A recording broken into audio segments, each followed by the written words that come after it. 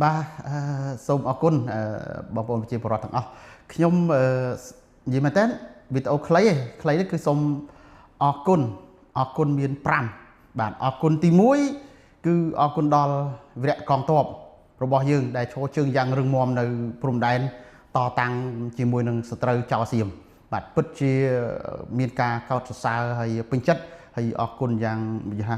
ដើរដេកឈរអង្គុយនៅតែនឹកឃើញថាកងទ័ពយើងខ្លាំងក្លាកងទ័ពយើងខ្លាំងក្លានេះពិតជាឈរជើងយ៉ាងរឹងមាំដែលមិនអាចត្រូវមកឈ្លានពានបានគឺចូលមកគឺថាត្រូវនៃតំបងធំរបស់កងទ័ពយើងហើយអញ្ចឹងកងទ័ពយើងខ្លាំងក៏យើងមានមេទ័ពដ៏ខ្លាំងដែរគឺយើងដឹងហើយគឺសម្ដេចហ៊ុនសែនលោកមានបទពិសោធន៍ផ្នែកកងទ័ពធ្វើឲ្យកងទ័ពរបស់យើងនៅព្រំដែនកងទ័ពយើងទាំងអស់មានស្មារតីខ្លាំងដូច្នេះហើយ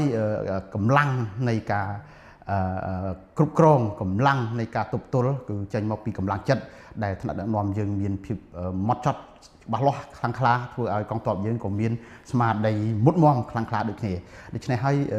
គឺខ្លាំងទាំងអស់ដូច្នេះសូមអរគុណសម្រាប់វីរៈកងទ័ពនិងថ្នាក់ដឹកនាំកម្ពុជាដែលដឹកនាំកងទ័ពធ្វើឲ្យកងទ័ពយើងមានកម្លាំងចិត្តមិនថាមេដឹកនាំមានភាពស្មោះត្រង់ស្រឡាញ់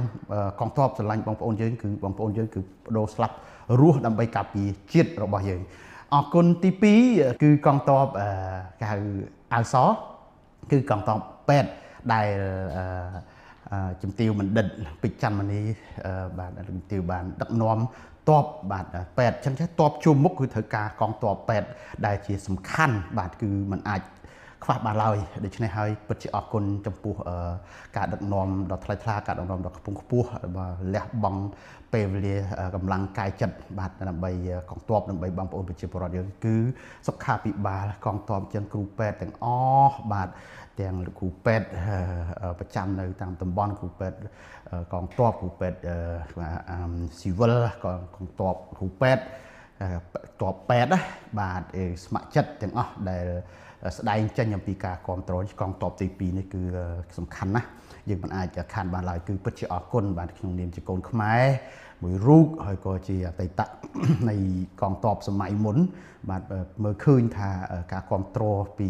កងទ័ពទី2នេះគឺពិតជាគួរឲ្យគោរពបាទកោតសរសើរណាស់អរគុណទី3កងទ័ពការទូតច្បាស់ណាស់យើងដឹងទាំងអស់គ្នាខ្ញុំពិតជាគោរពអរគុណដល់សម្ដេចធិបតីនៅថ្នាក់ដឹកនាំកម្ពុជាទាំងអស់នៅទូទាំងប្រទេសរបស់យើងដែលយើងគិតថាកងទ័ពការទូតនេះខ្លាំងដូច្នេះហើយយើងតទៅមុខទៀតបងប្អូនក្មួយចំនួនក្រោយត្រូវរៀនសូត្រពីកងទ័ពការទូតនេះឲ្យបានកាន់តែខ្លាំងបាទជាមេរៀន